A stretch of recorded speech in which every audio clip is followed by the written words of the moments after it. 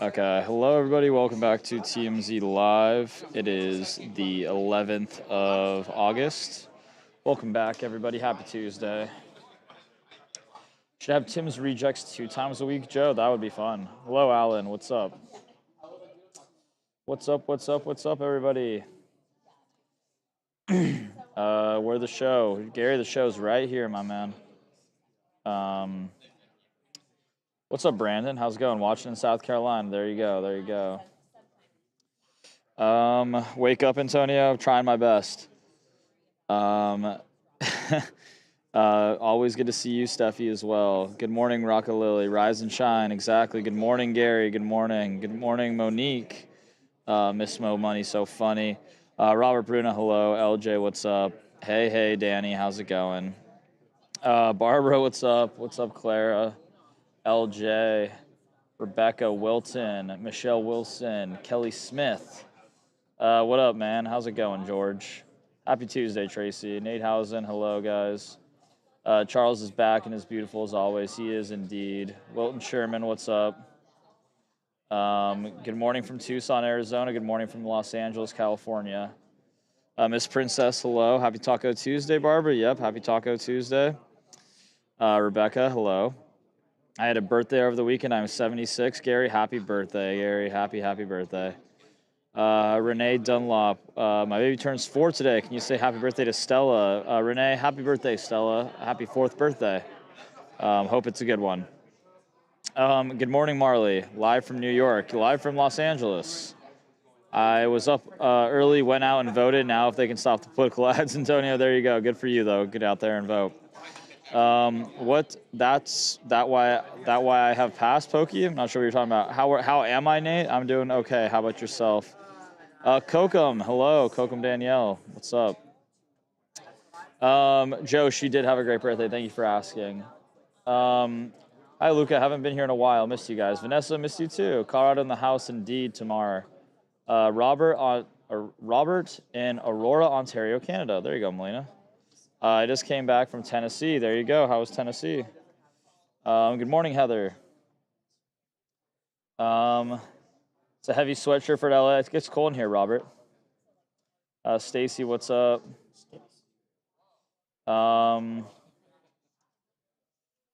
What's up, Mama? How's it going? Okay, Renee. I'm glad she liked it. Gary, good, I think. Good morning, Alexandra. Have an amazing day. You have an amazing day as well. Will you tell? I said yes, absolutely, Brandon. I will.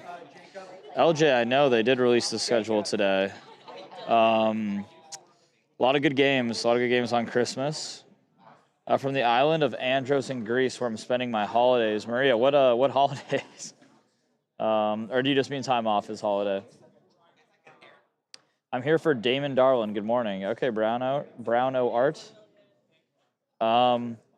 Tennessee was hot and smelled like hot beer and puke, but it was great. Monique, that sounds fun. Good morning, David Horace. Hello. Good morning, Tiffany. How's it going?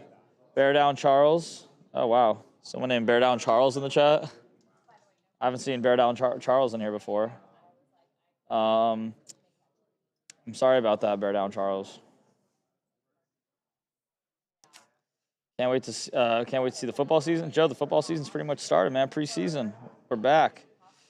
Saw something that the Hall of Fame game had 7 million viewers, which is more than any MLB or NHL, including the Stanley Cup game from this year. Wilton, you tried to get a shout out for your birthday from Talia yesterday. It's today. If you see here to give me a shout out, that's all I want. If you want her to give you a shout out, I mean, just if you come in tomorrow, I'm sure she will, but I'll give you one. Happy birthday, man. Good morning, Boo Boo. How's it going? I like that name. Antonio, he must be new. Yep. How's everybody doing? First Knicks game with the 76ers. Joe, I know. That was an interesting matchup, a good Eastern Conference game. We went to Gallatin, but we walked the Nashville Boulevard yesterday. It was so hot. Yeah, I bet. So I'm happy LeBron went to this. Brandon, that's my dad's team. I'm actually a Wizards fan, unfortunately. Nate Housen, tell Charles hello. I know he's hard at work though. Nate, I sure will once he's a little bit freed up. You thought the Eagles were from LA, not Philly? Oh, Alan, yeah, definitely pretty far away. Of course, Wilton. Of course. Happy birthday, brother. Here's an exclusive tip. Thank you, Snow. Send it to the tip line if you have any exclusive ticks. JD, I hope I do. Snack for later. What's up, everybody? Yeah, guys, we'll get the show on the road soon enough, so everybody be patient. LJ, neither can I. I'm actually really excited for it this time around. I used to live in Nashville, got married on the Vanderbilt campus. It is hot. Wow, very cool, Rebecca. I've been out there a couple of times, but not all that often. David, you're doing great. Can't wait for the NBA opening night on NBC Tuesday, October 20th. October 20th. I saw the games, but I didn't see the dates. So David, that's awesome. I'm excited too. Miss Scat Pack. Good morning. Lynn Lee, what happened? I see somebody say you're lost. What's going on? I did not see that. But good morning, Judy. Hello, Judy. How's it going? How are we doing, Miss Scat Pack? Barbara, hello. Good morning, my TMZ son, Judy. Thank you. Guys, seems like there's a lot of action going on right now, so not 100% sure what. Not 100% sure what's going on. Yes, guys, everybody's hard at work right now. NBA is cool, but football is my favorite sport. Can't wait. Nate House and I couldn't agree more. Elections today: Alabama, Connecticut, Minnesota, South Carolina, Wisconsin. Well, if you're in one of those places, go out and vote. If I had a family working for teams, okay, Pokey, well that sucks for you. NBC will get big ratings on that day, David. I'm sure they will. Do you guys like watching Olivia Miles highlights? I do not. Are you going to grow the beard, Robert? I need to shave, so no, I do not plan on growing the beard. Wow, that is amazing. Nashville is such a beautiful place. Just smells. Yeah, fair. That's super fair. You didn't go bar hopping, Monique? Why were you out there? Today is election day in Southern California, or in South Carolina. Trying to find Lindsey Graham's replacement in the Senate. There you go, Brandon. Is Trump hiding in the truck again? Not sure, Antonio, but that was pretty crazy, huh? Being in tabloids makes you a selfless soul out. Pokey, you are the best and most fun person in the chat, aren't you? Gary, I'm good, I think. Nope, Scotty, they get... well, for starters, wow, my goodness. Well, for starters, Donald Trump almost became a turkey in Turkey. I don't know what that means, David, but okay. Check on your... checking on my... I don't even know what you're talking about, George Smith. I have no idea what you're talking about. Can we get a fit check on the outfit today, Bear Down Charles? Krista, is that you? I am wearing a Eagles sweatshirt, some Nikes, and black jeans, guys. Very exciting stuff. Alexandra, I've been without internet on and off for days. I was bouncing off the walls, Vanessa. When I first moved into my new place I'm living at now, I didn't have internet for like a week and a half, or 2 weeks, honestly, and it was pretty brutal, honestly. I went to go visit family. We had a bunch of kids with us, so they couldn't enjoy a beer yet. Hey, Monique, one day they will. Do you think I'm ready for some football, Tiffany? I am as well. Did you see where they had to hide Trump in the catering truck, Brandon? I did see that. Rockalilly, go Birds. Yep. How do you think the Lions will do this year, Boo Boo? They'll be pretty good. They have the easiest schedule in the NFL, so. Last time the team with the easiest schedule in the NFL, they went to the Super Bowl last year, so. Joe, thank you. Hello from Florida. Excited to see Walmart messed with the wrong guy. Yeah, I know, Christy. Christy Jenkins. They did. Happy Tuesday from Minneapolis. Happy Tuesday from Southern California, pit player. LAPD, celebrity hitting camera police hair. I'm not sure what you're talking about. Not sure what you guys are talking about. Miss Princess, hello. Let's see. I bet my last dollar, you know, Chris. Yeah, Bear Down Charles. It's definitely Krista. I'm 100% sure it is. Is Damon Darnold really going to be on the team? I'm not sure. It's like 100 degrees outside. Is it cold in there, Heather? It is cold. Prayers for everyone in the Columbia earthquake. Yeah, absolutely. I couldn't agree more. Yeah, how hot is it outside right now?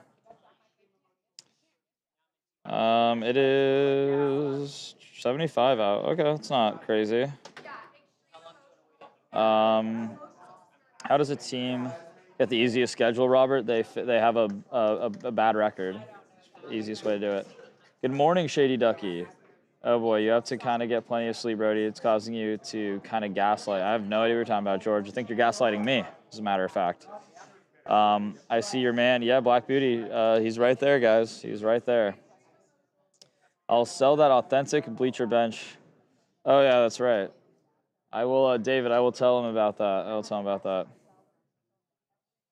that. Please come talk to us. Yeah, guys. I'll get him over here in a second because he's currently busy. It seems.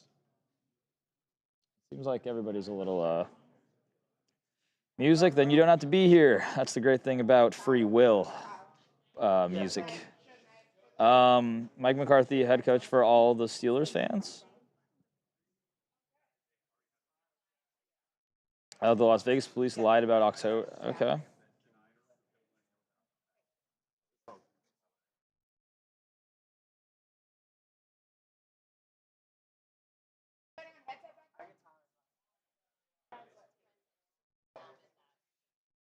Digging the pool over. Oh, thank you, Slade. I appreciate that.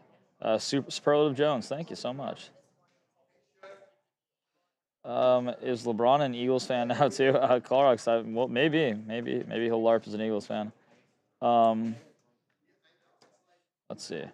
Do you understand if I say that you have to get, Luca? Do you understand if I say that you have a Get smartwatch?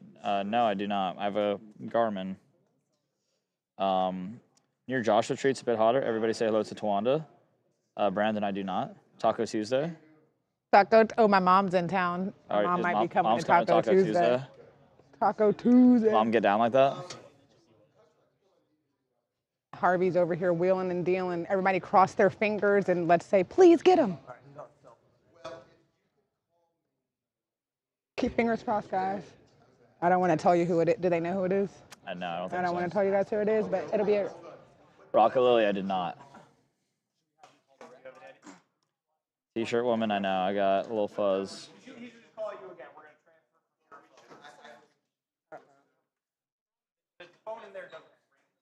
Yes, everybody. Everybody, hello to Wanda. Hello. It's looking good, guys. It's looking good, guys. Go Birds, Renee.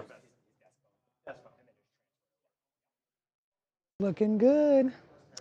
Oh, Robert, I do know the show. I didn't know what you were referring to with the watch, though. Tawanda is in the house. Bear down, Charles. You're correct. Yo. I like your sweatshirt. Thank you. And a jacket. Thank you. It's the nicest thing you've ever said to me. What? I said that's the nicest thing you've ever said to me. I'm always nice to you, kidding. Luca. Just kidding. We just argue a lot. We have a very different... Tawanda makes TMZ run smoothly every day. Brandon, you're right. Different views. Tawanda is boss lady. There she is. Lunch What's is today's rigged, date? Joe. That's not untrue.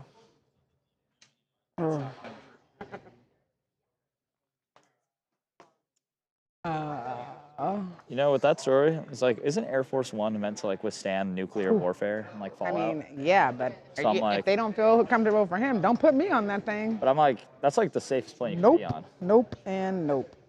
I think TMZ should have a Tawanda Appreciation Day, Brandon. There you go. So do I. Right, Devin? Chad says that we should have a Tawanda Appreciation Day. Oh, that's funny to you? I'm glad you know. Brendan, what are your thoughts on a Tawanda Appreciation? We honor you enough. Oh, God. They said a day. No. Damn. Ooh, it's giving. Hater.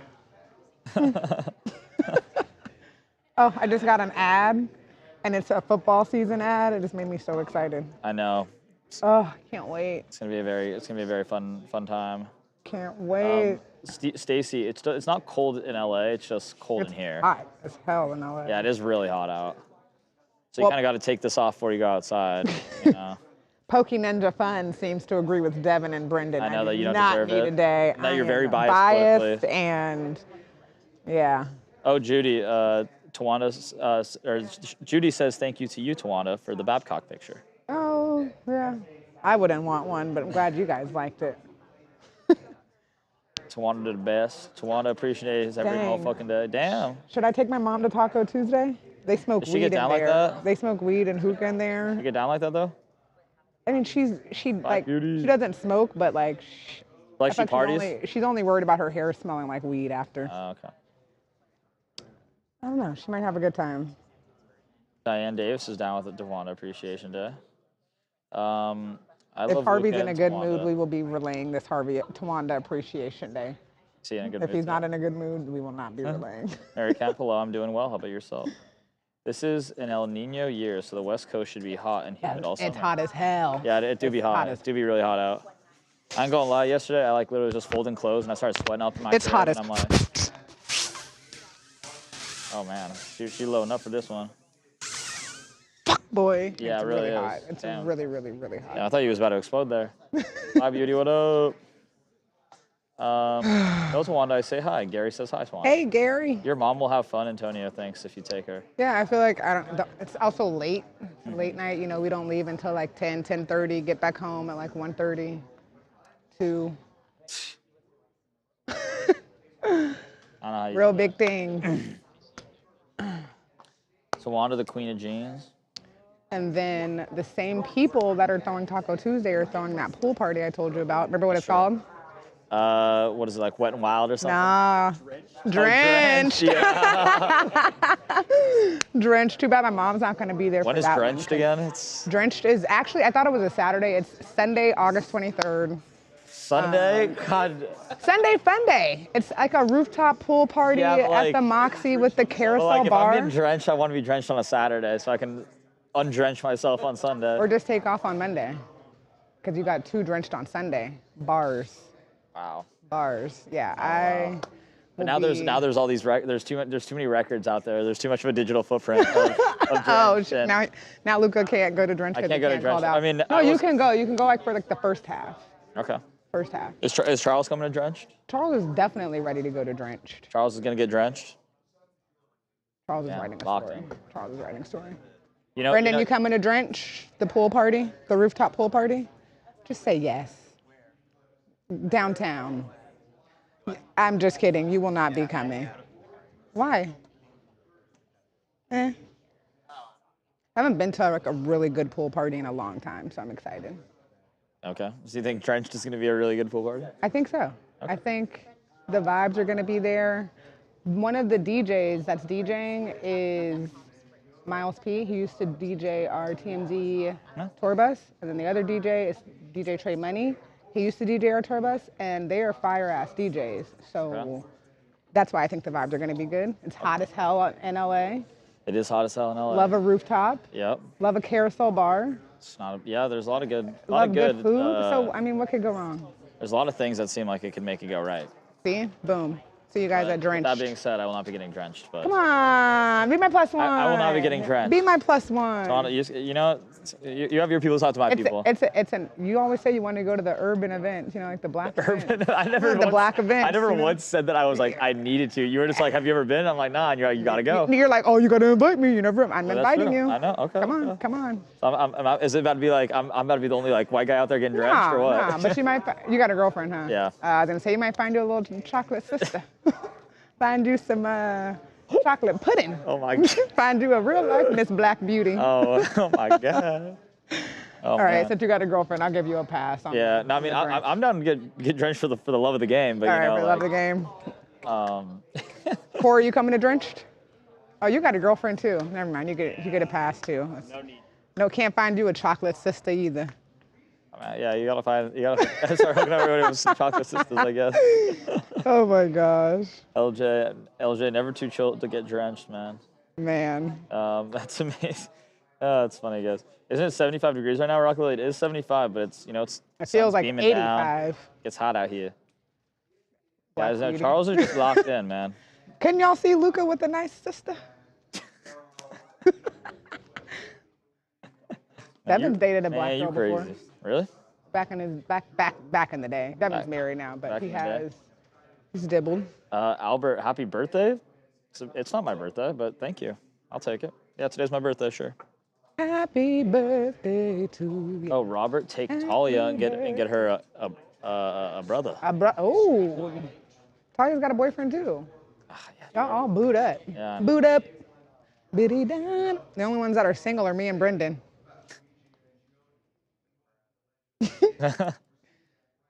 Love ya. Oh. Wow. Yeah, a moment. That was. I'm happy we got to witness that. That's my boo. Out. You guys watch this.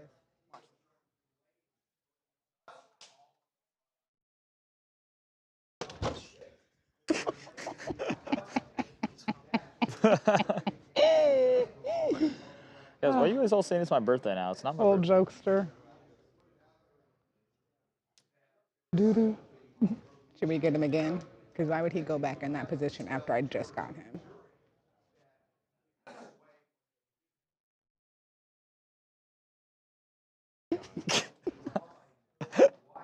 All right, I'll be done for now, for real. The chat told me because you didn't have a headline for them on Friday. Oh, was that mean? Okay, I'm sorry. Cameron, the chat said that was mean. I'm sorry. Do you accept my apology? Okay, we're friends again. He accepted my apology. Sorry, guys. I think Talia has a boyfriend. I thought she said she had a boyfriend. Is it? I don't know if it's Maybe she like, did. Maybe I'm just making that up. Don't quote me on that. Do not quote me on that. Give Charles bunny ears. No, he's writing a story and on the phone. Yeah. Scared. Yeah. Hey, Melissa. Each civilian. Do they smell like? What are you guys? You guys be talking about some weird stuff over here, man. Does it smell like pork? What are you talking about? Yeah, no headlines. Do it again. He's in the position, but I don't want to make him shit his pants. His knee hit the desk on the first one. It was a pretty big one. I can't have that. The big tsunami. Yeah, guys, it's gonna. It's. I think it's gonna be a little bit of a late one today. That's what I'm saying. You know, we don't actually have any workplace couples anymore. We used to. We used to have some people that got married. They don't work here anymore. Looking around. Yeah. Haley, just make sure you're on standby for the call, please. Yeah, actually, no in office dating. Yeah.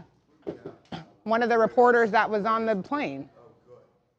The thing that you asked for. We have a second guest. We have the Walmart guy that you guys promoted. And then you have Suge.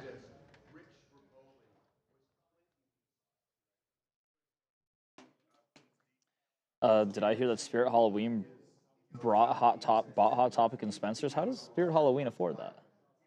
They only open up for like a month. Yeah, but they print though. They do print. Yeah, I guess they probably needed to diversify the Spirit Halloween owners. Well, actually, it was probably open now, huh? Anakin, we already have an 11:10 I think it and probably 11:30. is.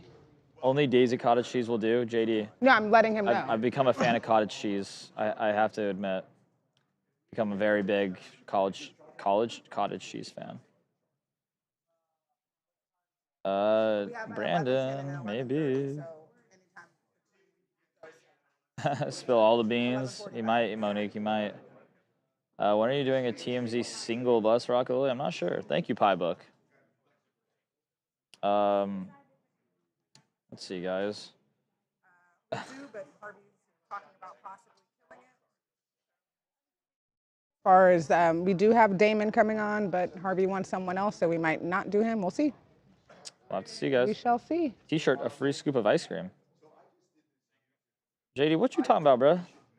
That's crazy. Jacob Wasserman. Your friend Nate Reed asked if you were able to confirm if that man farted. Were you able to confirm if old boy Oh, we didn't do our Jacob talk this morning. You guys got any questions for Jacob Wasserman? Say hello to the See, chat. guys. Whoa, sure. What is that? What are you working on today, Jacob? Oh, let me interview you. I'll be Jacob and you be a congressman. Congressman Wasserman, Congressman Wasserman. Can I ask you, what has it been like transitioning from Hollywood to DC? No comment. Congressman, Why is it that congressmen always still feel the need to say no comment? No comment means no comment. Please leave me alone. How do you plan to make it in Congress without answering questions, bro? Let's see. Huh? How much do you spend on Chipotle a month? Good question. Probably like $180. A month? Well, let's think about it. Chipotle is about $20 each time. Probably rip it about 9 times a month. Jesus freaking Christ. Are you on Uber Eats or are you walking to get this? Walk. Okay, at least you're doing that. That's good. So that's just on one You gotta, restaurant. when you order Uber Eats, you have to really consider what travels. Yeah, that's a good point. Chipotle does not well? travel very well. Yeah, it does. Depends how far the Chipotle is, Tawanda. Oh, don't you go to the same Chipotle if you're cracking Sometimes it if you 9 order times it, a day? like I takes mean, 9 times 40 a month? minutes. Sometimes It's not good. I don't want to leave my food in the delivery person's hands because they are not thinking about the ready to serve deliver the period, the stretch. You know, you want to get it hot. Get it? Okay. Do you cook at all while you're? Oh, what's it like? Do No, you and Charlie don't still live cook. together? Don't cook. I eat in the Senate cafeteria Ugh. every day. It's cheap because it's a government building, and then I get a slot bowl. Do you? And We do not Charlie- live together. Charlie's a beautiful family, and I babysit his kids. Really? They're my only friends in DC. Why don't you have friends? Have you been trying to make friends? I've been going on guy dates, friend dates. Where do you meet these guys? DM. Not even kidding. We meet out on the hill. They're like, let's get coffee, let's get a beer. And I don't even drink beer. So I get Diet Coke. Do you drink alcohol? Stopped. Wow. When? Yes. Keep going. What's up, 11 chat? times. What a crazy turn of events this is. Let's see what the phone has to say. They're Yeah, asking- Jacob literally Exactly, looks that's like. why I voted for Jacob. Jacob is so miserable and nerdy. Great. Only one of those things is true.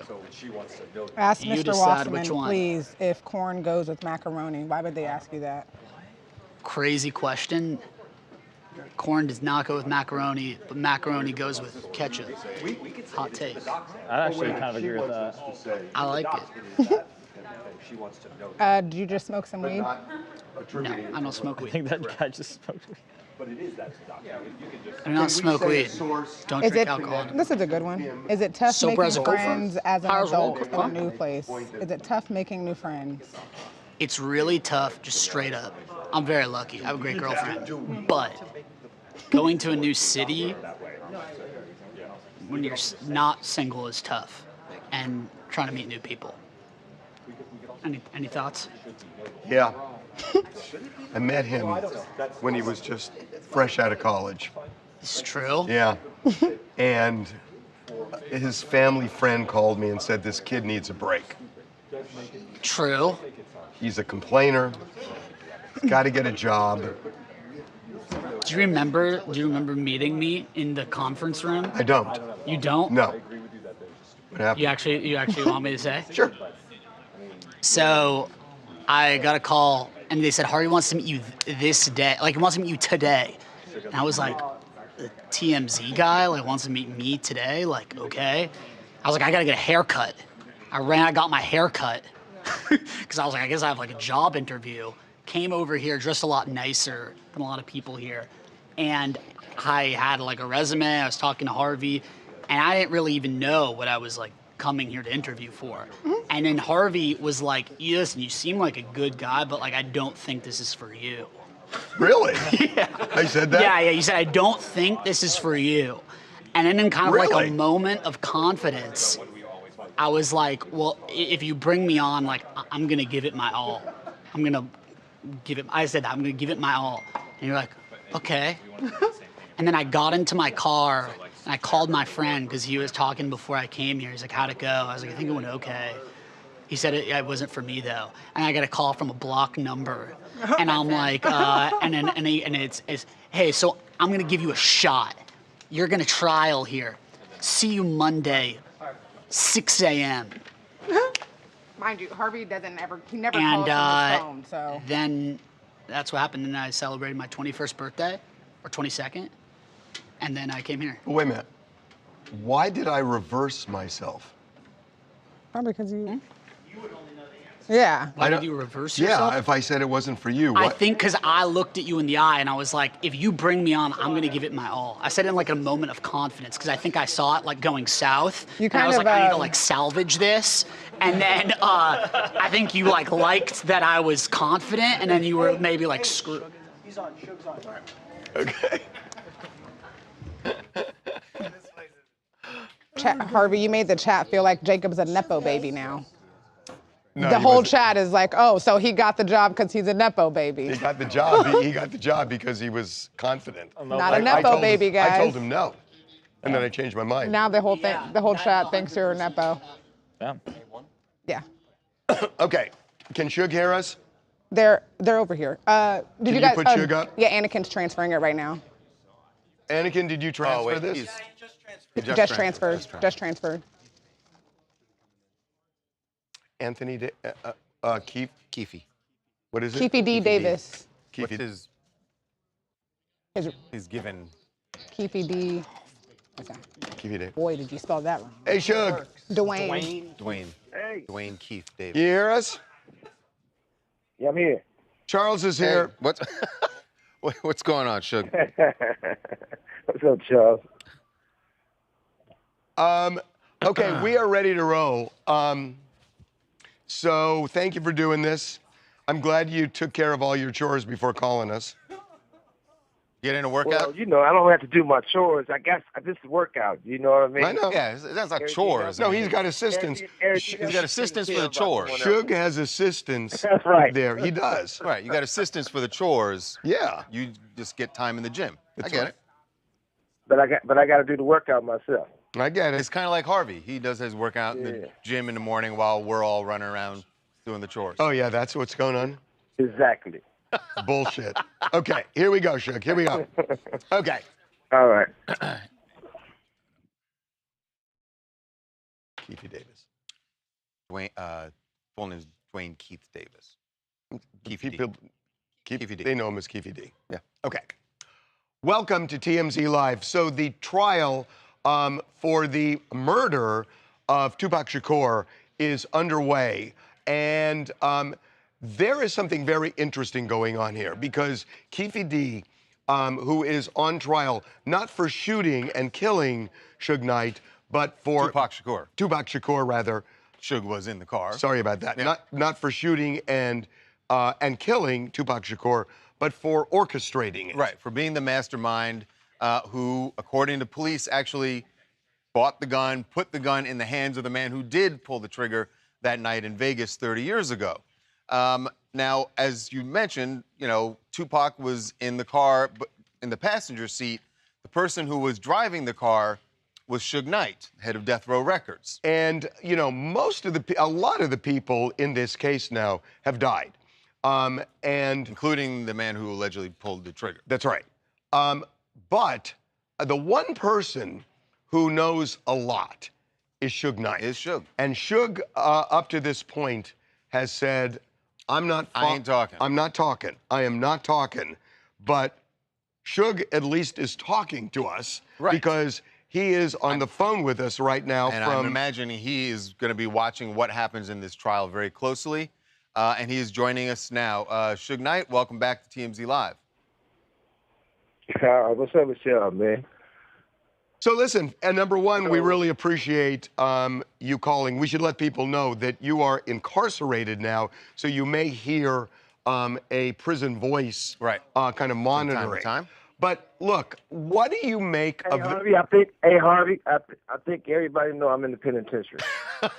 Yeah, I mean, there's a reason the graphic that we're putting up shows you in his prison. It's a fair point, Suge. But just in case, Suge, we just want everyone to know. It's a fair point. Y'all always show pictures of me in prison. Wow. Okay, that's a fair point. That's a fair point. Orange is not your color necessarily. I got it. No, it's not. Okay. So first thing I want to say is that, it's always a pleasure talking to you guys. But the thing is that Tupac has so much influence And I'm always happy to have so many people who love him. You know, my son Legend, him and his friends, that's their favorite rapper. And my son Legend now, he's a basketball player, but he want to be an artist and rapper because of Tupac. This call and your telephone number will be monitored and recorded. So when I spoke with his mother, by the way, is one of the greatest mothers around. Tori does a great job with my son. She said that's all he want to do is be a rapper. And my granddaughter, sister, even says she loves him. So that says a lot. That makes me happy, you know? Yeah, no doubt Tupac's influence is immense. So knowing that and knowing that your son idolizes him, I would think that you're very interested in what happens in this trial. Well, I'm interested in that it should really be a teaching moment. We've been through so much over the years, right?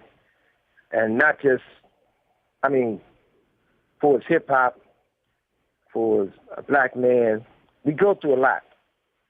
And society goes through a lot, in society, period. And we can't learn from it and learn something about it and teach something, we're wasting our time. So I definitely always down for trying to make everybody get a better view of life to help.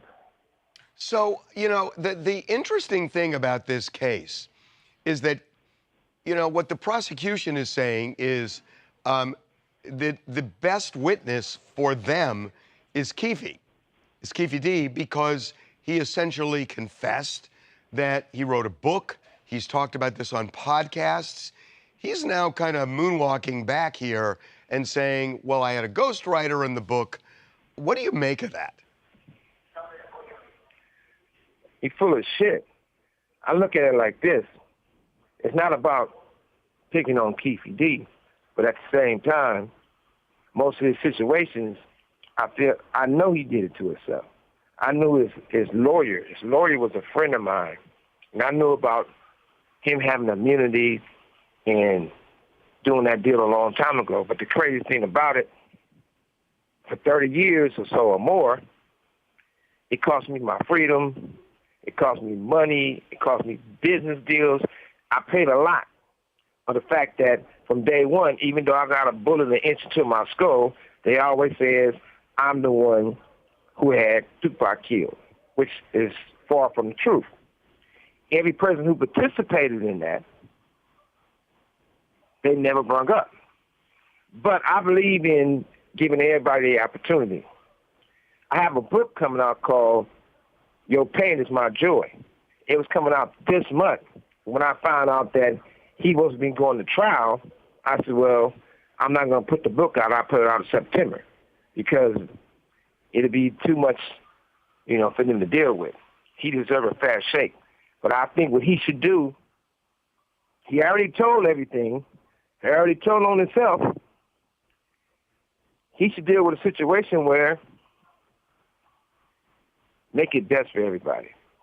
Put it in a situation where there's a lot of people who participated and a lot of people who they don't talk about.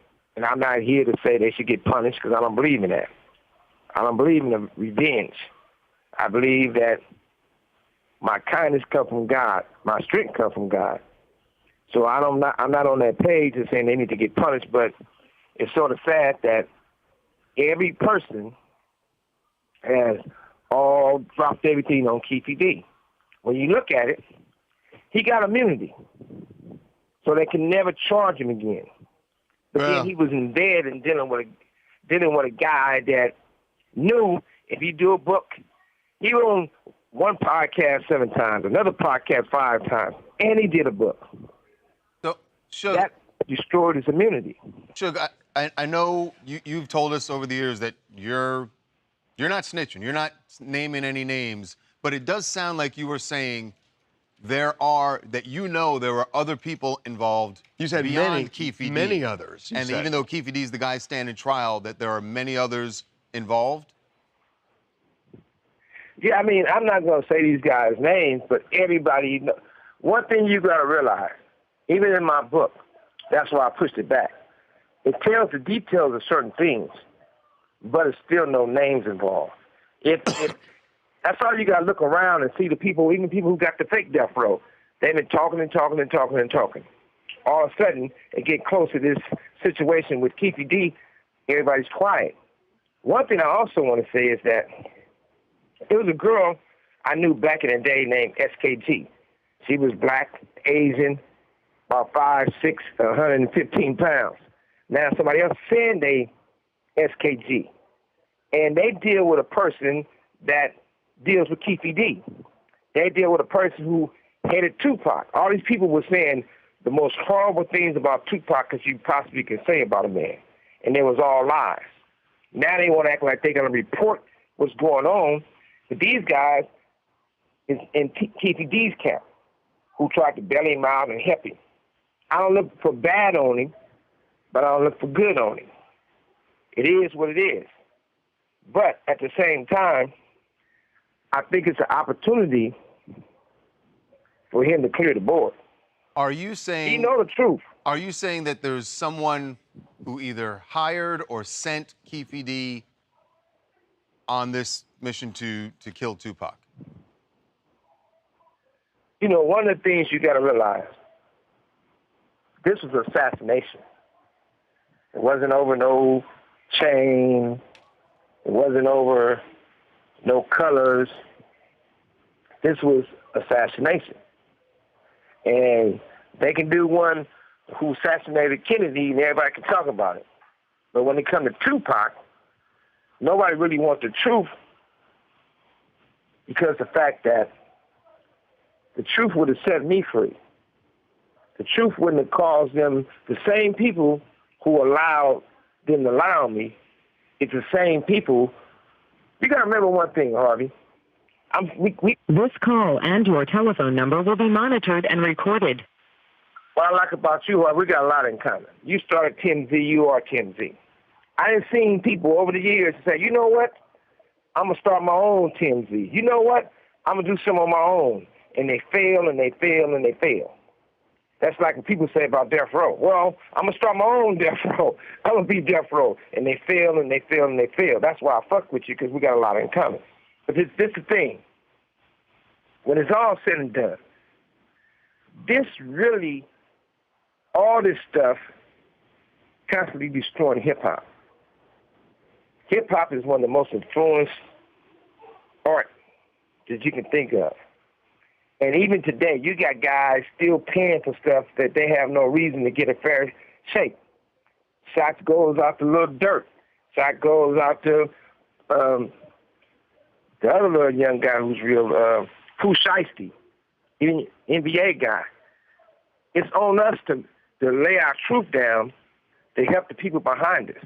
We so caught up in look at me, look at me, look at me. We got to figure out how to fix this. Only way we can fix this is by putting everything on the table. So, you know, Suge, I have talked to you. I have talked to you over the years about this, and there's something I don't understand, because you just said a few minutes ago that you are not into revenge. That's why you're not going to talk. But Tupac was a close friend of yours, and isn't there a difference between revenge and justice? That you said earlier that Keefy D is full of shit, and that you were kind of scoffing at him. So do you feel like there should be, I guess what I call justice in the system, where he's convicted and maybe others come forward and are convicted as well? Or do you think they should all be shut down? Well, I think it's no justice from a man come from the inner cities in the courts. I think it's all revenge. So we never get justice. So when you really look at it, You have 60 seconds remaining. you just had it on your show, a white woman stabs a black man to death and kills him, and they get 3 or 4 years. People had guns, and they had tests to prove they was trying to kill me. It was a hit, and someone dies, and look how much time I got. I got to call you guys right back. It's about to cut off. Call you right back. Seems like Suge was watching yesterday. He made the reference to Courtney Clenny. Yeah.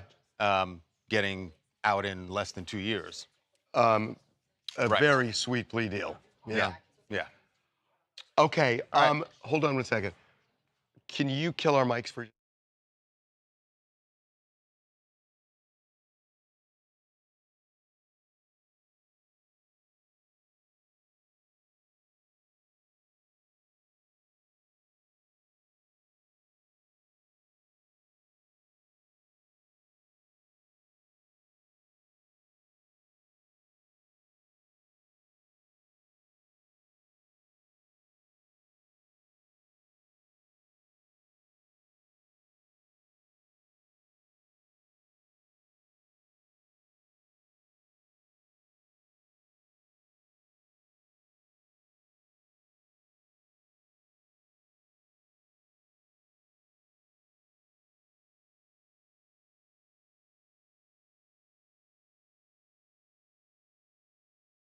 Graham.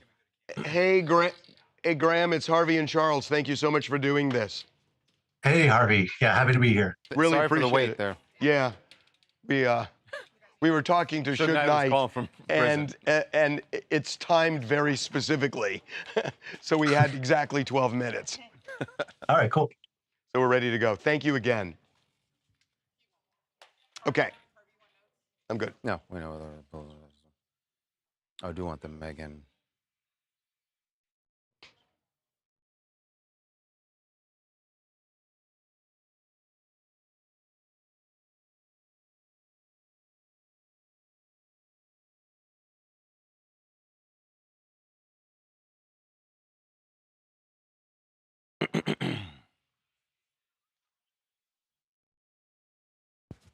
Yeah.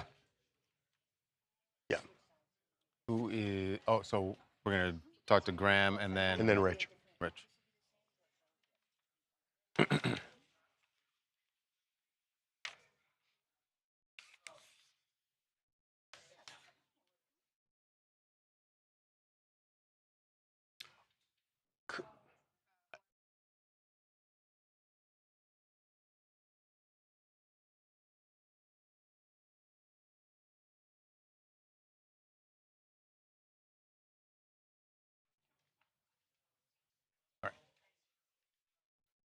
Well, an absolute bombshell report from the Washington Post about President Trump's secret flight out of Turkey last month to the UK. We thought at the time, the way it appeared was that he had gotten on board Air Force One. The old one. The old one, the blue and white plane, not the one gifted by the Qataris, and flew to the UK. Now, what the Washington Post revealed is he was not on that plane. In fact, he got on board, you see him walking on, and then they secretly put him onto a catering truck, and that catering truck took him to another jet, which you see a little bit of in the background there, and that jet is the one he flew on. So the reason that they did this, according to the report, is there was a very serious assassination attempt that was thwarted, I guess, by the Secret Service that the Iranians were going to pull off. Well, thwarted, but maybe not thwarted, because the idea was Air Force One was going to be a target. And Donald Trump averted that by getting on another plane. But there were people on the old Air Force One who didn't know about this threat, and still they took off. They flew to London. It included the press pool, about 13 people, a small group of White House staff and military personnel who were unaware, and this plane took off where everybody thought Trump was still on that airplane. So you would think the threat was active. Right. But none of the people on that plane had any idea about this until this story came out. So how do they feel now about essentially being used as, I mean, targeted? They were the decoy. The decoys. And clearly their lives were in some level of danger. One of the reporters who was on board Air Force One that day is Reuters reporter Graham Slattery. And Graham is joining us right now to discuss this. Graham, welcome to TMZ Live. Thanks for having me. So I just want to know your reaction when you read this Washington Post story and you realized you were on this airplane. I'm assuming you didn't know a lot of this until last night when you read it. I mean, well, yeah, we sort of knew something was up because there was just a lot of weird things happening that day. I mean, I think the first thing was just really surprised because they were really pretty. We saw him get on the plane, we saw him get off. So the subterfuge was pretty intense. And then, of course, you do have the question about. I mean, obviously, when you're a decoy in a potentially fatal situation, that brings up a whole range of emotions or questions, and then finally, that the White House kept up this fiction for a number of weeks, and only kind of it's never really has quite admitted to it. It makes you, yeah, it makes the relationship between the journalists and the White House just it's not good for that relationship, obviously. So you're saying that you saw the president. Did you see him get in the catering truck that day? You knew when Air Force One took off that he was not on board? No, sorry. So we saw him get onto the old Air Force One, which was the plane we were flying on. What we didn't see was him sneak into the catering truck, which took him out. Do you have any idea how he got back on that plane when it landed in London? UK. No, that's one part of this that remains a total mystery. The White House staff, I should say, was asking us to close our blinds, saying it was a Secret Service request. The truth is that the journalists, in particular the photographers, we weren't very happy with this request. It wasn't kind of clearly explained, and not all the windows were ultimately closed because we were doing our job. But even so, we couldn't see anything because it was sort of we don't know precisely how it got back on the plane, but if it was anything as sneaky as the way he got off, there wouldn't be much to see anyways. How do you feel? How do you feel knowing that you were a decoy in harm's way because the Iranians probably thought President Trump was on that plane?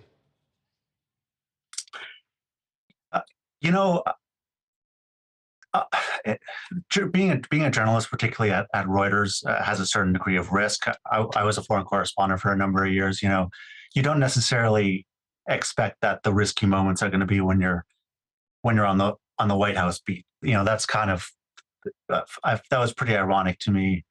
And the truth is, something similar happened in the Clinton administration, but the journalists were briefed beforehand, and obviously you accept a certain amount of risk when you're doing any job. I think that the issue, what I think about is sort of the lack of transparency. For instance, the White House arguably could have simply told journalists off the record or on some sort of embargo, which is what's happened in the past. Hey, Graham, who else besides the journalists, who are the White House staffers who were on board when you guys? Well, that's something that I'm sure we'll get to the bottom of, but it remains a mystery. In part, in part, there's just not that much visibility on the plane itself.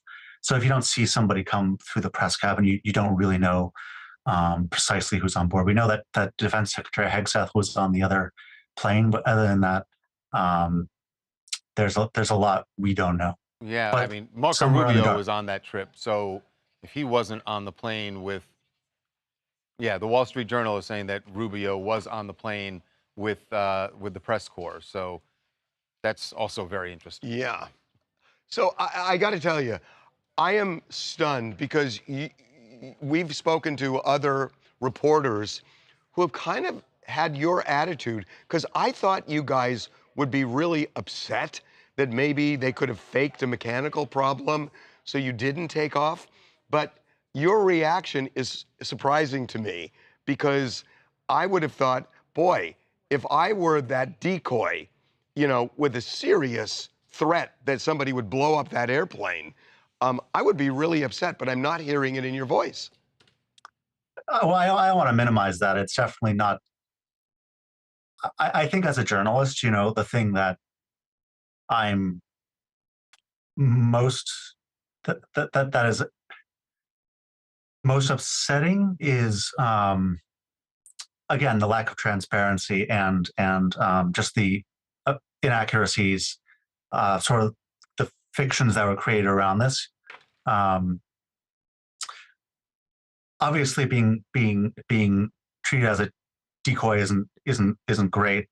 But again, it's for me, just because of the nature of the job, anytime when you have just arguably a lie being spun to you, that's kind of Yeah. You just Issue 1A, embodied everything by saying did. being a decoy is not great. Right, you did. I mean, Graham, to that point, I'm wondering how, if you now look back at this joke that the president made talking on Air Force One after all of this, where he said to a reporter, "There are serious threats all the time, but if I go, you go, right? Perhaps someday you want to change professions." Yeah, that was me. That was actually me that asked that question. Oh, really? And so he said that was you he was speaking to directly. I wasn't sure because they never showed that part of it. But you could go and he wouldn't. Is the reality. Right, as it turns out, yeah. He wouldn't go because he wasn't on the plane. Yeah, I mean that's part of that's sort of part of the whole being spun the deception issue. It's as journalists, particularly at like an international company like Reuters, so many colleagues that have gone through such incredible risk. Many that have died. Like if you've been abroad, you've probably been in tense situations yourself. And so I don't want to be overwrought about frankly the DC jobs. Because I just know so many colleagues that are going through such serious risk that not that this wasn't serious. It's I guess the difference is, Graham, those colleagues you're talking about, and that you're right, they are in those situations, but they know that they're in those situations. You guys had no idea that day, or at least they certainly were, as you said, weren't transparent with you. Right. I think that's actually, and I think that we're sort of getting to the same position in some respects because, as a journalist, you're willing to take risks, but you expect to know about them. Right. You would think. Right. We're glad you're safe, and we really appreciate you coming on. Well, thanks very much. All right. Appreciate it. Thanks, Graham. Thank you. Graham, that was great. Thank you. Great. I love that line. It's not great to be a decoy. It's not great to be a decoy. I know. Okay. We're calling Rich now. He's going to join. Wow. You can. No, I think Suge should be an A. Chit chat with him for a second. Yeah, and we'll do this in B and C. Hi, Rich. We are all ready for you to join. Thank you so much. You can cut him down a little. I mean, so you guys know, pretty clear to me what was also happening there. Graham is walking a very fine line, right? Because he has emotions, which I think came out, which you saw, but he also has to go and work with that in the White House press corps, so he doesn't want to. He doesn't want to piss off the administration. But the other thing that he said, which really I really hadn't thought of, is that he works for a place where there are people in war zones, and the people have gotten killed at Reuters, and for him to appear overwrought, knowing that every day his colleagues face life and death. They do, but I think that puts his emotions in check. Well, that's the way he sounded. A lot of the sounded. chat was kind of talking about how he seemed like a little bit just kind of bland, but I think that is what, to your point, he's holding a lot back, it would seem. Okay, well, the guy we're about to put up is not bland. Do you guys want to stay in the same block? Do you want to stay in the same position? No, we're doing. This is going to be separate blocks. We're doing separate blocks. Well, then just move over. The end of show. Right. We're going to cut out him saying, I'll call you. They're going to. Right. Yeah, you cut that and out. now it's a new block, so. Sort of No, wrap. they're going to move. Basically. Let's flip him, I guess. He's ending his answer. You're coming outside. Sounds like Suge watched So the it show sounds like he yesterday. ran out of time, but yeah, he clearly ran out of. So you'll have already said the Courtney claim. It sounds like he watched the show yesterday. And Right. Harvey, can you just jump in off of that with, you heard there, Suge was running out of time. Yeah. The phone call, and then I got we're it. going to end on this line from you. This will be covered, so just audio. So Charles Wolf said, sounds like Suge watched the show. He's referencing Courtney plenty. Harvey jumps in with. Okay, got it. Here we go.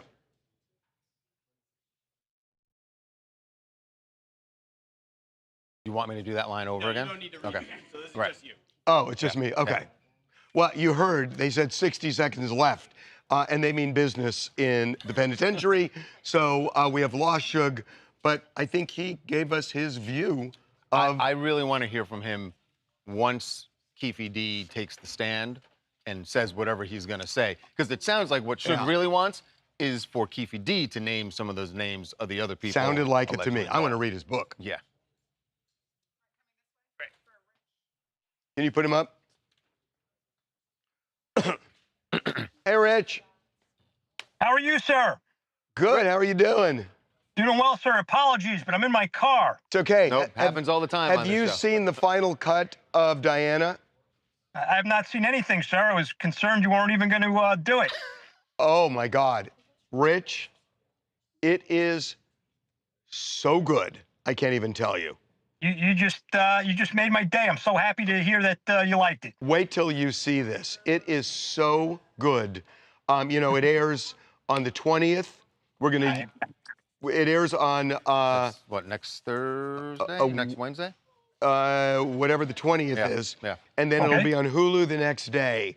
And we're going to... I'll make sure Reagan sends you the advanced copy, which you can't send to anybody. But, Rich, it came out so... wait till you're going to be blown away when you see it. You're going to be blown away. It's so good. I'm glad I could participate and make it worth your time. So thank you. Glad to hear it. You were great in it. Well, thank you. So happy to hear that. Okay, I'll do a Rich imitation. This beautiful 94 Mercedes has been reduced to a heap of smoking rubble.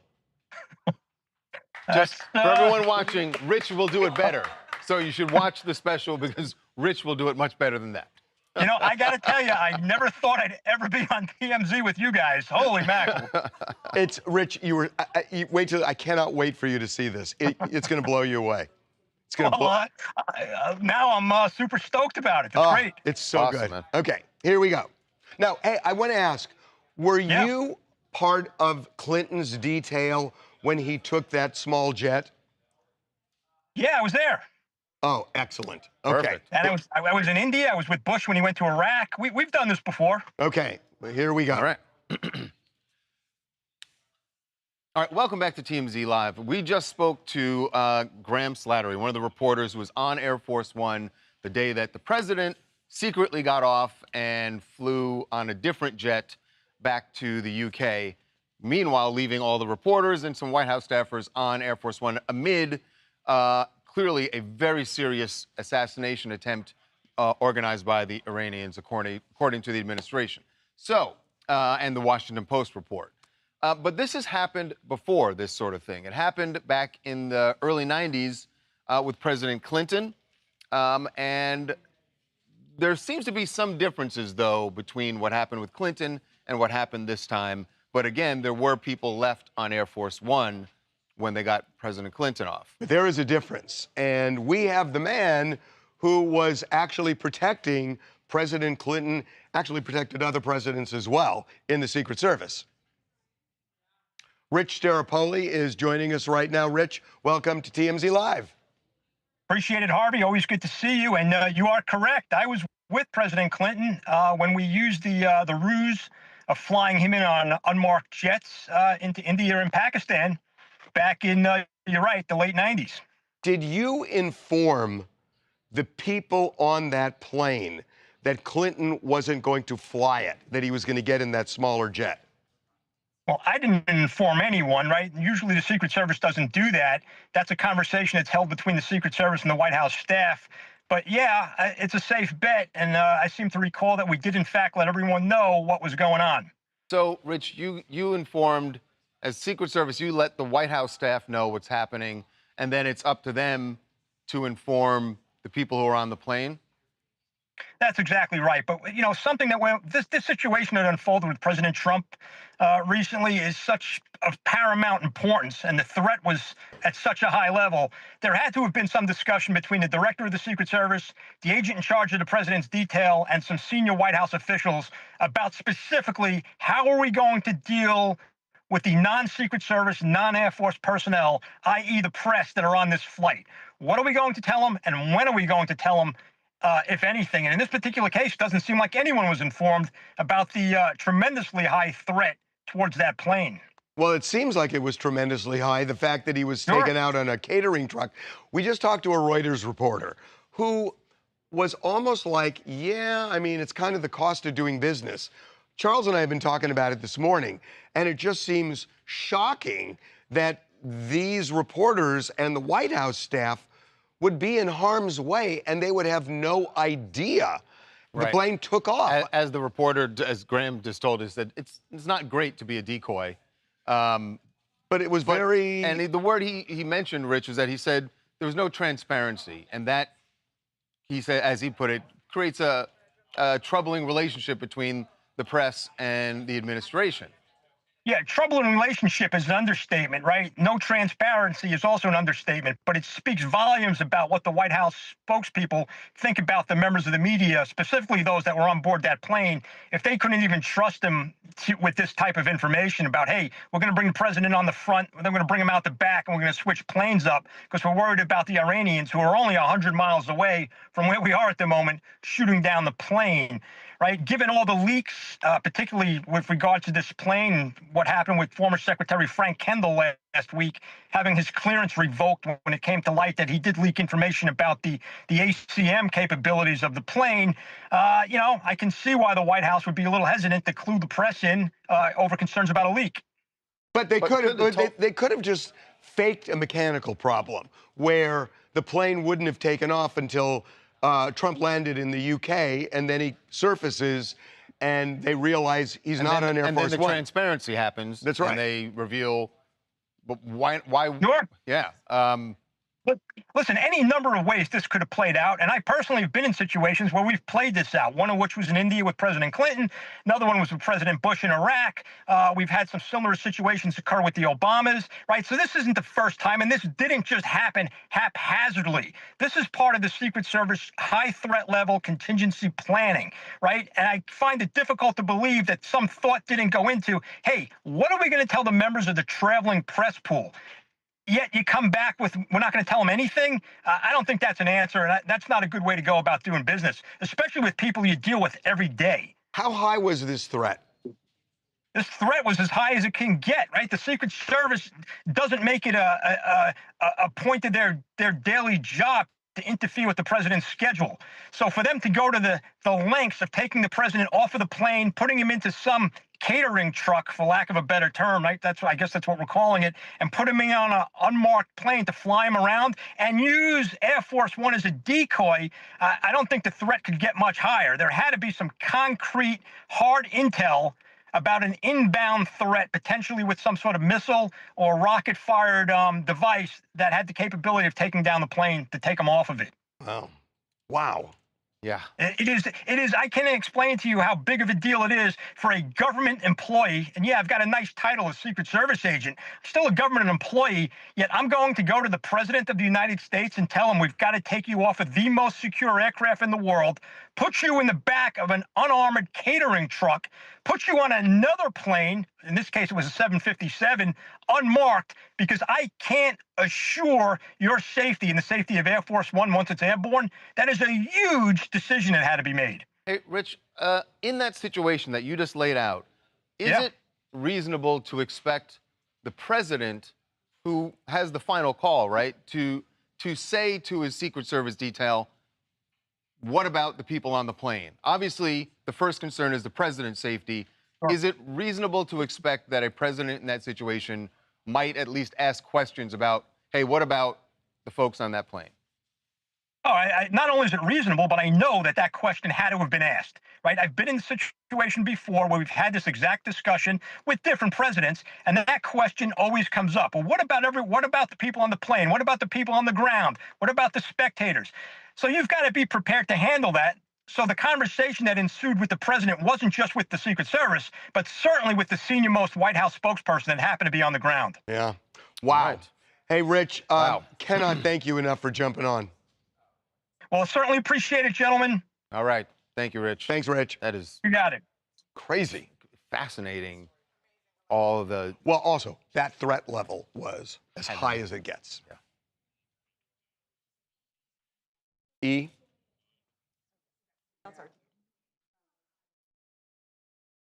Okay. So you know when we get to the Walmart thing? Yeah.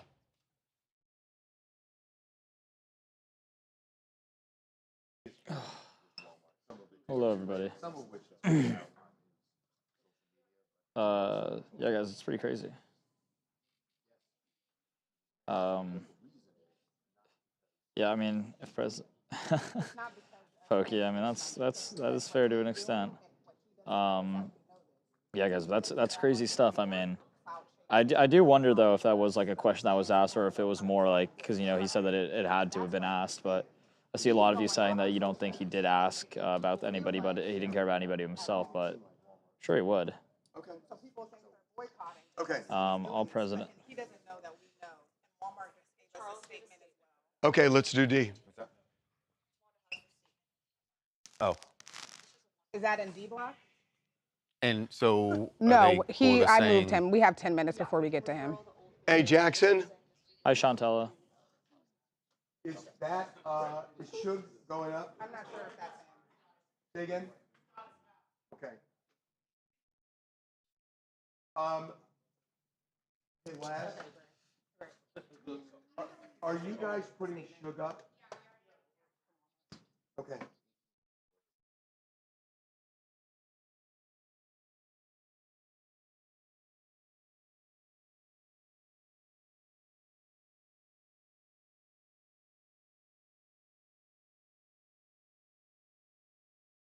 Okay. I guess. So yeah, guys. Let's see. Yeah, let's make America. I'm still mad. Yeah, I mean the Suge Knight stuff was great, guys. Yeah, a lot of great interviews today. They're praising the interviews so far. They said everybody's been awesome. They were asking about. More enthusiasm, Luca. They were asking in terms of with the Donald Trump point of like, do you think he asked about like how everybody was on the plane? People were asking about your opinion on that. Did you guys happen to see the White House Correspondents' Dinner and how he went after the press? Yeah. I mean, a lot of people were saying that that he really only cares about himself, that they really highly doubt that he asked what about everybody else on the plane. Especially made a joke about it. Yeah. What do you think? What do you think about like? Because I mean, our guests seem to be pretty adamant. I don't understand why Air Force One took off. Yeah. They should have faked a mechanical problem, waited until Trump got to England, then when he surfaced off that plane visibly, so the Iranians knew he wasn't on Air Force One, then Air Force One would take off and go to London safely. That's what I think. Mr. Mann says, why would anyone expect Trump to be concerned with anyone's safety but his own?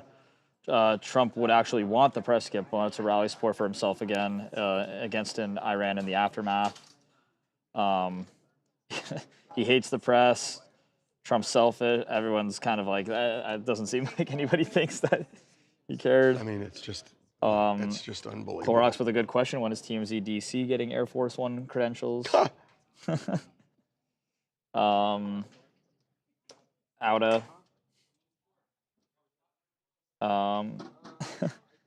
Karma will get him. Don't. Let's see. He didn't ask about anyone. Oh, Pokey with an opposite approach, saying that regardless if you like or hate Trump, he wouldn't deserve the plane getting blown up. Wait, Trump is in England. That's where he's from. Okay. Are we ready to? Yep. Damon. Hey, Damon. It's Harvey and Charles. Thanks for doing this. Thanks for having me. Yeah. Here we go. Got it. We'll just roll it. Let's roll it. This is the giveaway, right? That's what. What is it then? Oh, got it. Okay. Got it.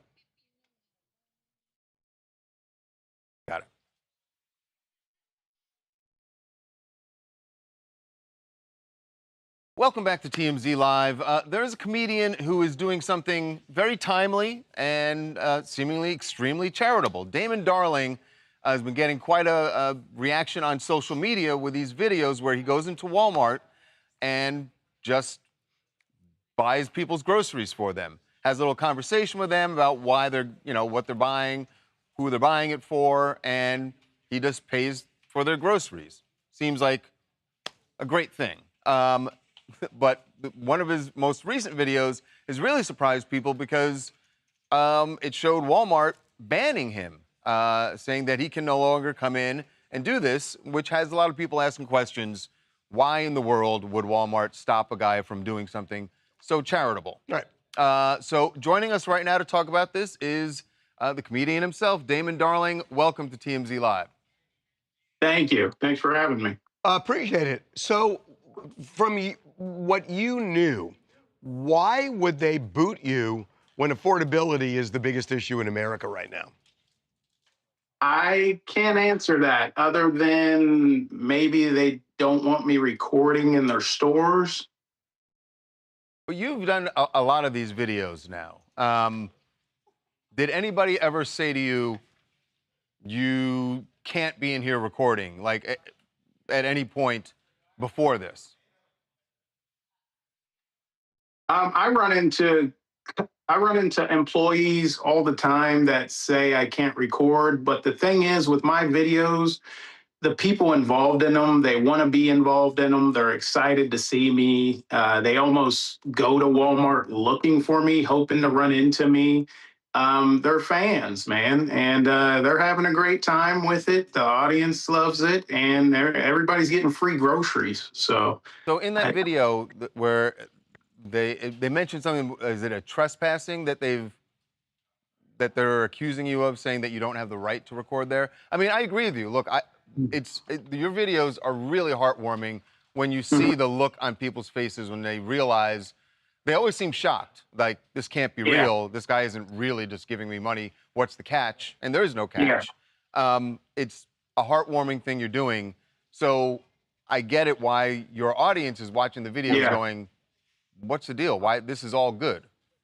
Well, I respect their wishes. I'm at a point where I'm just going to do what they ask me and not come back and not film at their business. I don't want any problems. I don't want anyone boycotting Walmart. I don't want people to stop shopping at Walmart. I don't want to put any more negativity or anything like that out into the world. There's enough of that. What I want to do is bring love and laughter, and that's what I want to do. So I don't want to add to any kind of drama in the world. So I'll respect their wishes and I'll just figure something else out. So what we've been hearing, because we've been looking at this today because it was just fascinating us, is that there seemed to be some history between you and Walmart where there was some contentiousness. About some of your other videos that they felt you were being destructive. And we've seen some of these videos that you've posted where you do like a fake fall and pull down some merchandise. Apparently that didn't sit well with Walmart, and that's, at least from their standpoint, the genesis of them being upset with your videos. Well, I'm a content creator and I'm a stand-up comedian, so I do bring humor into my videos. My content has completely evolved into wholesome content, to where I'm just making conversation that includes a little bit of lighthearted joking and to provide laughs. And there's messages in it to help break down other barriers that we deal with in society. But the ultimate goal is to put smiles on faces and some money in some people's pockets that could definitely use it at this time. So, I mean, that's all I'm trying to do. Again, I'm going to respect their wishes. I'm not going to go back anymore. And that I just want to make it clear that I don't want anyone upset at Walmart. I met my wife at Walmart. I used to work for Walmart. I worked loss prevention at Walmart. Really? So yeah, I love Walmart. And one day, okay. So now, so now you're kind of persona non grata at Walmart. Is Target your next target? No, probably not. I mean, I just don't feel like Target really needs me. They're pretty doing pretty well over there. The clientele, I feel like. I'll figure something else out, man. All my videos aren't in Walmart. All I need is a crowd of needy people, and I'll be good to go. You could pull these videos off in any grocery stores. We need to be fair to Walmart, because we did reach out to them to ask what their view is of why they were banning you. They said, this is the statement: "We deeply care about our associates and customers. Mr. Darling has repeatedly violated our policies through disruptive behavior and trespassing unrelated to any charitable giving." Listen, you could just do it at a different store, like we said.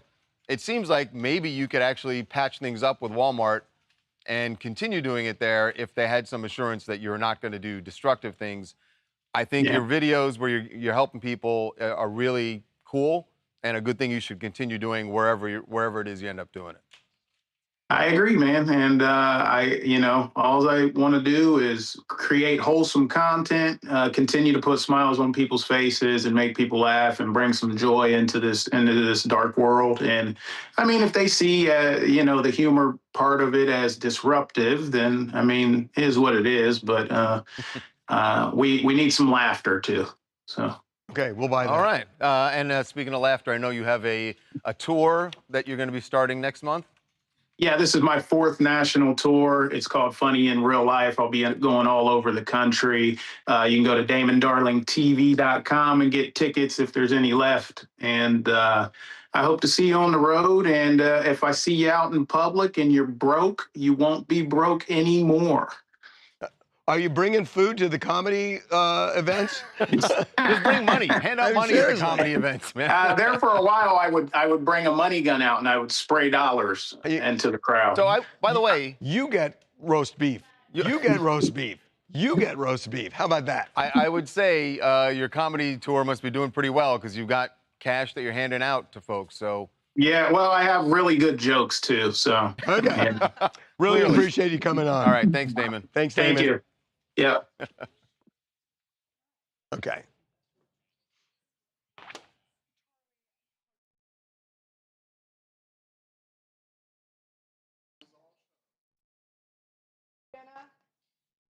Let's do I kind of like Kaya Gerber. We want to do that maybe instead of, well. 2 minutes in E.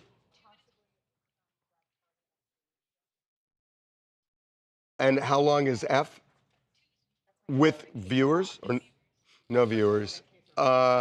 Let's do Kaya in E. Mm-hmm. And we do the teeth in the GoFunding. F, and then the gummies in G. Charlie Neff for Kaya. Gummies. Yeah, for Kaya Gerber. Okay. What's no gummies? Skype and Kaya? Hold on. You said gummies and G. What's the gummies? Oh, the chick that eats gummies and then goes and Kristen the Stewart. snack. She got high and then Kristen Stewart. Hey. No, we pitched did it today in the show. Somebody's food smells good. Okay. Not Kristen's. That Vogue cover. Yeah, Twilight Girl. Kristen Stewart. She hooked up with her and did the gummies? That's like a new trend. What's like, her let's name again? get high and Kaya go do Gerber? something. No. Oh, Jules LeBron. Oh, wait. No, the gummy girl. The gummy girl. Kristen Stewart. No. The it's one something Devin was snack. talking about. Something has the munchies. Yeah, somebody has the munchies. munchies. What's her name? Devin knows. Huh? Natasha has the munchies. Right. Okay. Okay. Here we go. Okay. Anyway, that's Kaya G. and Homer. Kaya and Homer. Kaya and I got it. I got this. Homer Gear. Yeah. Yes.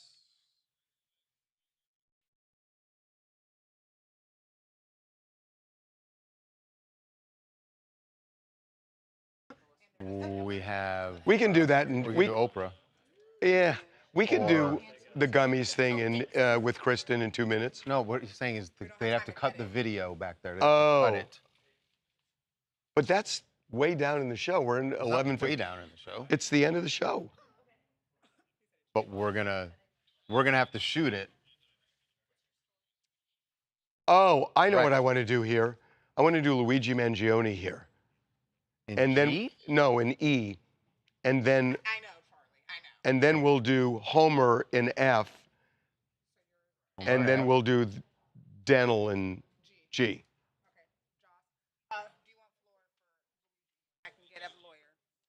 Well, we don't need a lawyer. We can do this alone. Yeah. We can do Oprah and G. Oh, wait. We're doing Luigi. Okay. Doing Luigi. Okay. And you just 2 minutes. I'll lead this. Luigi's secret defense strategy.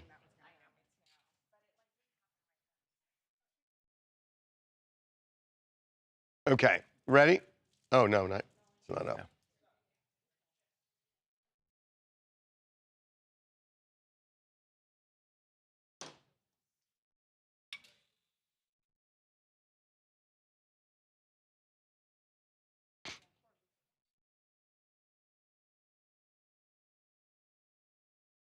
Okay. I'm not going to get into extreme emotional disturbance because it's too long. Here we go. I got me some good recon in the Luigi Mangione case. Today was last pretrial hearing. And one of the things that they're raising is they want the defense wants the media to be able to live stream the trial. I know why. And these things connect.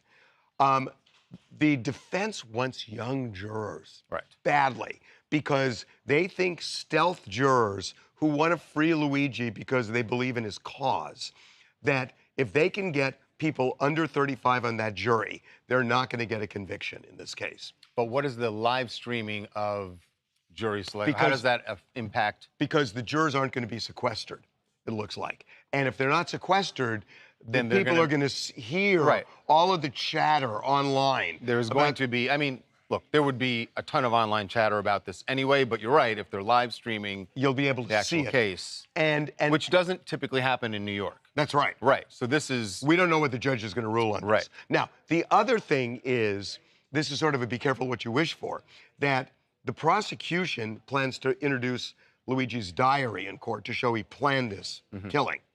The diary also contains a lot about his rage toward corporate greed. And what I'm told the defense is going to do is, you bring the diary in, great. And we're going to get all into the corporate greed thing. Right. And we're going to try and influence this jury. So that's a really interesting strategy. Yeah, I mean, they're leaning into all the attention that Luigi's case has gotten from the outset, where we've seen people hail him up as a folk hero, and they're going to lean into that. It seems to be the best strategy they could use at this point. Absolutely. There's a lot more here. Go to TMZ.com and you'll be able to see it. But have some good recon in this one. Okay? Now we're doing now Kaya. To have Kaya now. Kaya, I've only ever been a Nepo baby, and I've only ever benefited. You're just standing there like a bump in a No, don't do that. No, we had a lot of interviews. Hey, I got a phone. I didn't say that to say that to Luca. I said we had a lot of interviews. You were killing it today, Harvey. But so was Luca. He's been unprepared. Yeah. So they were saying that they don't think that this is fair, that there can even be a potential of younger jurors being on the jury, because they 100% think that you're right, that he will get a no trial if that's the case. Well, because a lot of people, like at least my age, agree with what he did. Yeah. Which is crazy, but they do. Yeah, I mean, I think a lot of people that's why they want it live streamed. Yeah. Literally, someone in our group chat. We love Luigi. It's heart. It's everywhere. But then someone else says loving him is a terroristic act. Like people saying, I'm Team Luigi. I was going to send Luigi a letter. I got tossed over at White. Luigi, let's see. Regardless of what's negative things being said. We'd be in a better place with more people like him, regardless of what negative things are being said. It's like a lot of stuff aside from a killing here and there? Yeah. I mean, I think that doesn't for like a lot of consensus in the chat seems like that. No, I mean, the fact that people are saying this is exactly what the defense is saying.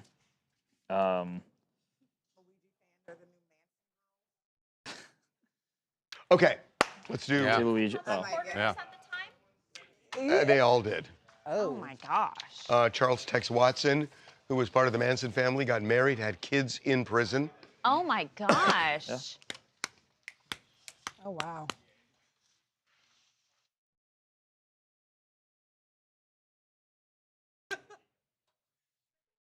It's a Vogue. The cover is Vogue. Yeah. You could say there's like a nepopocalypse going on. A nepopocalypse. A nepopocalypse. I love it. In Vogue. I love that. The latest issue of Vogue, because it features not only Kaya Gerber, the obvious daughter. You're gonna make me say that word again? Nepopocalypse. Nepopocalypse. Nepopocalypse. Yeah. No, yeah, I wonder why. No, he wasn't. He was not a nepo baby. And that we found out yesterday. What? So we were doing our Q&A with the chat with Jacob, and someone asked Jacob, what have your parents said about your success in DC? You know, you're on CNN now, Vanity Fair, GQ, and he was like, they don't care. They didn't say anything. I got no recognition at all. They're just like, he said he's still living in his sister's shadow. So then I'm just like, dang, your parents are like Harvey's parents. They don't give you guys any kind of accolades whatsoever. That's not true. Okay, here we go. Are you unfrozen? I was just trying to kill some time there. What's called practice what, Jacob? Yeah, cover and post. Here we go. All right. You could say there's a nepopocalypse going on in the latest issue of Vogue. Perfect word. Because it features not only Kaya Gerber, the obvious, just by looking at her, daughter of Cindy Crawford, but also Homer Gear, which is really interesting because Homer and Kaya, they're doing a show together called The Shards. And what's really interesting is that Homer and Kaya have something in common. Their parents were married at one time. Yeah, I mean, they were the most iconic couple back in the 90s. And if you guys remember, they went to Vegas, they got married. They were also on the cover of Vogue. So it's just such a full circle moment. To be clear, just for anyone who doesn't know, they didn't have kids. And Kaya and Homer are not at all related. But we also, I don't know that there's any like romantic relationship No, there. they're in the show People together. want them to be a thing, but Kaya does have a boyfriend. She's dating Louis Pullman, unless something happened that we don't know. By the way, a nepo baby. A nepo baby. Yes, exactly. They've taken over. So what's interesting, Kaya actually, Vogue asked her about this, the whole nepo baby label, and she had an interesting response to them. She said, well, now we don't have this, so I can't read it. She said, I've only ever been a nepo baby, and I've only ever benefited in my career from it. But I also find myself doing it to other nepo babies, thinking like, okay, show me why you deserve this job. So what's weird about that statement is she's saying, I have benefited from being a nepo baby, but you still have to, once they're a nepo baby, you still have to evaluate their performance. Yeah. So it's She's acknowledging that. But you should evaluate performance whether somebody's a nepo baby or not, and there's a whole tier now of nepo babies. But I think you're more critical of a nepo baby because you're like, oh, are they only here because of their dad or their mom? Yes. Yes. But by the way, nepos don't always make it. We've seen some of them on The Voice or certainly American Idol. Aretha Franklin's granddaughter. Right, and they don't always get through. Brian Luttrell's son, he didn't get through. On the other hand, you got your Michael Douglases that are arguably at least as famous, if not more so, than their father. The father, although their father was hugely famous. Okay.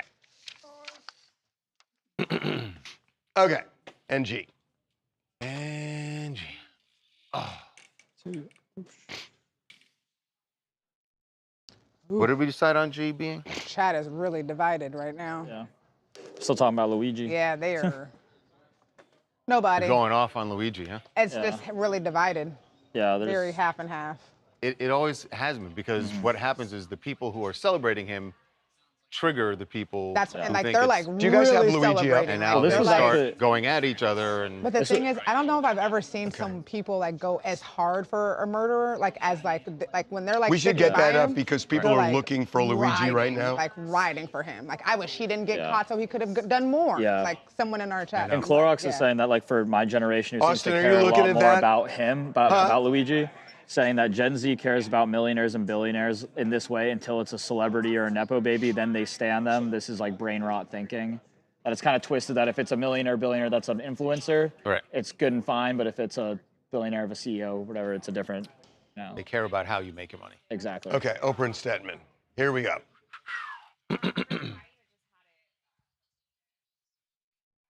Okay.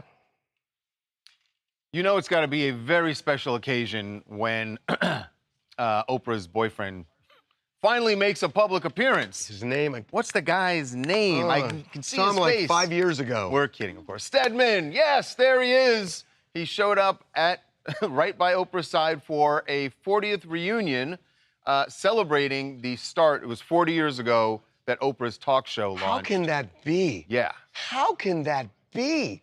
40 years? Yeah. Yeah. Guess what? Oh my God. You're old. I know. Oh my Me God. Too. Yeah, 40 years, but they had a reunion in Chicago, and yeah, the shocking thing is, when does Stedman? Because Oprah goes to events all the time. Stedman isn't always there. He does his thing. So does he get to choose, or does she choose for him? No, you're coming to this one. The latter. Yeah. We'll see you tomorrow. Okay. Bye, guys. Woo. Ready to say goodbye. He's out of here. It's a lot. Yeah. They're still going at it. Covered a lot of ground. Yeah. I'm surprised you guys didn't press Damon as harder. Yeah, because here's the thing. I get it. He thinks he's just doing humorous things. I also didn't want to be like pouncing on the guy like, oh, you did this, you did this. Like, I get it. He's doing humorous things, but I also get Walmart's side of it, that it's, but yes, you can't come in and just destroy our... like pour milk on yourself. I mean, what he should do is go in, set it up with Walmart. Like, nobody knows. You're just posting these videos. It's all a skit anyway. Yeah. That's his Lexus. Make an agreement with Walmart. Go in and, with Oprah. Go with Walmart and say, hey, I'm going to buy however many jugs of milk that I'm destroying, and I'm going to do a little skit here. Like, got it. Their problem is that you're just going in. You don't. They have no warning. Unauthorized. You're destroying their stuff, and you're probably not paying for it, Yeah. and that's why they have an issue with it. Yeah. Totally get both sides of it, but yeah, you can't just make the world your set for your skits and think that they're going to go along with no everything because it's repercussions funny. But I the don't think bottom the line is chat- the guy is yeah. also doing a really cool thing. I love that. Like, I'm a sucker. I'm a sap for any videos of people like suddenly Doing nice being things. shocked by other human beings being nice to Yeah. them and doing something charitable for them. So Chat, does that mean that he That's gets a a good pass? I'm not comparing him to Luigi, but if he's going into, the Walmarts, a lot of people no, it's don't know. nothing like Luigi. A lot of people It's don't nothing know like that he's Luigi. going in and destroying the Walmarts, faking like he's falling, scaring customers, trashing the Walmart. But then, But by the way, like the ends to your justify the point, means. but then he'll to the go point, and like some people may look at that and say, like, well, the ends justify the means. right. Yes, he's doing all those things to make his channel more popular, Right. and therefore, I would imagine make more money, Yep. which he's then paying Paying, back yeah. to people. So, did you guys even does know the that end justify the means for Walmart? No, but For him, yeah. maybe for some of his fans, it does. Walmart's fighting for their life because all of us, we just think that they banned him for Yeah. going in and giving money. And then Walmart's like, yeah, but They didn't ban him for giving away money. I'm sure they'd be fine for him to do that. Right. It's like, that's why I said to him, I was like, just talk to them. I Make an wish we had arrangement with Walmarts them, around and I'm here, sure man. they'll be fine with it, and you can continue doing this. I love or Walmart. just go do it at a Man, different store. I wish there was more Walmarts in LA. That's what I did. The one is like 15 minutes away from me. What What did you say? I literally was just like, man, I wish there were more Walmarts I thought you here. said I love Walmart. I'm I like, do damn, love you must Walmart. be close. You guys love Walmart. You don't. You're, And my that's in our grandparents- tax. That's in our tax First of all, bracket. don't give me that. You're Don't a give you're me a that. I know- super target. I know exactly where the Walmart is. You know where I it go- is. You don't No, and I- go there. You don't go. You don't go to that Walmart. I know all about What Walmart do you go to? Oh, he the doesn't go one to down Walmart. on the place. On Exactly. I wish there was more, and like when you go in the South, they're on every block. You can find one. Where my grandparents live in northern New Mexico now, the only big store in their little town is Is a Walmart. Walmart. And I'll go in there for an hour. My grandpa will just say, oh, he knows everybody. Yeah. It's First awesome. of all, I know not only where the Walmart superstore is, but the Walmart grocery store. They're Do you know where usually that the is? same. Yeah, No, on Hawthorne. not the same. Hawthorne. Yeah, There's we two know. different ones. Yeah. Neighborhood market. No, Charlie, we are not going all the way to Glendora. I think there's one close to Del Amo too. I think there is by Yes. Del Amo. Yeah, Torrance. Both of them are close to Duluth. See, well, that live far from that. So Well, Wow. Just because you know where when they're is at the doesn't mean you when go is in the them. last time you went shopping Yeah. at Walmart? I usually go into Walmart. 1990. No, I go like because I go in to get like, you know what? I bought a bunch of accessories for Christmas, setting up I was gonna Christmas say lights. probably Christmas. Yeah, some decorations. Christmas lights and stuff like that. I also went recently for they didn't have it. What was I looking for? I ended up going to Home Depot. Ooh. What was it I was looking Storage bins? No. Furniture? What was it? He wouldn't get furniture from Walmart. No. Was it a fan? Paint? No, it wasn't a fan. What was it? Yeah, it could be paint, a grill. You know, they got good grills over there at Home Depot. They do. They have a personal one for like $25. It's great. Oh! Oh. Vacuum bags. That's what it was. Vacuum bags. Good old Walmart. Shout out to Walmart. And they didn't have the vacuum bags that I needed. Man. Nor did Home Depot? Vacuum Why don't you bags. just Home order Depot those didn't off have of it either. Amazon? Yeah. That's what I ended up doing. Yeah, Amazon Prime for drove- everything. See, I still, I know this means don't nobody say boomer. Okay. 'Cause I'm not a boomer. He's a boomer. Boomer. All right? I'm Gen X. But my first thought is not going to Amazon. My first thought is It's always going to to a store.